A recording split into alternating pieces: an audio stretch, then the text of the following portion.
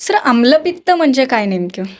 Basic कसं आहे, आपण जो आहार घेतो हं, तो आहार घेतल्यानंतर अन्नाचं पचन जर व्यवस्थित झालं नाही तर त्यातला धातू पाक बिघडून, तिथले दोष बिघडून, तिथलं मलांची अवस्था बिघडून त्या पेशंटची रक्त खराब होतं आणि रसधातू बिघडल्या कारणानं अजीर्णासारखे लक्षणं दिसतात आणि मग आम्लपित्ताचे सिम्पटम पेशंटला दिसायला लागतात.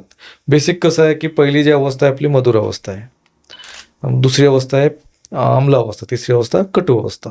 अन्न खात असताना या 3 अवस्थेतून जात असतं हं. आणि तिन्ही अवस्थेत जर बिघाड झाला तरच पेशंटला आम्लपित्ताचे लक्षणं लागतात.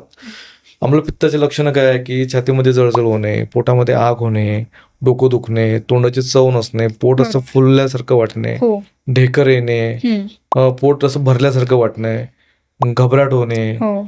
हे सगळे जे सिम्पटम आहेत पेशंट घेऊन येतात. तर पेशंटची आपण नाडी बघून कुठले दोष बिघडलेले आहेत, कुठल्या अवस्थेचं पचन व्यवस्थित होत नाही, हं, ते बघून आपण पेशंटला ट्रीटमेंट करतो आणि ते पेशंटची ट्रीटमेंट केल्यानंतर आम्लपित्ताचे पेशंट बरे व्हायला लागतात.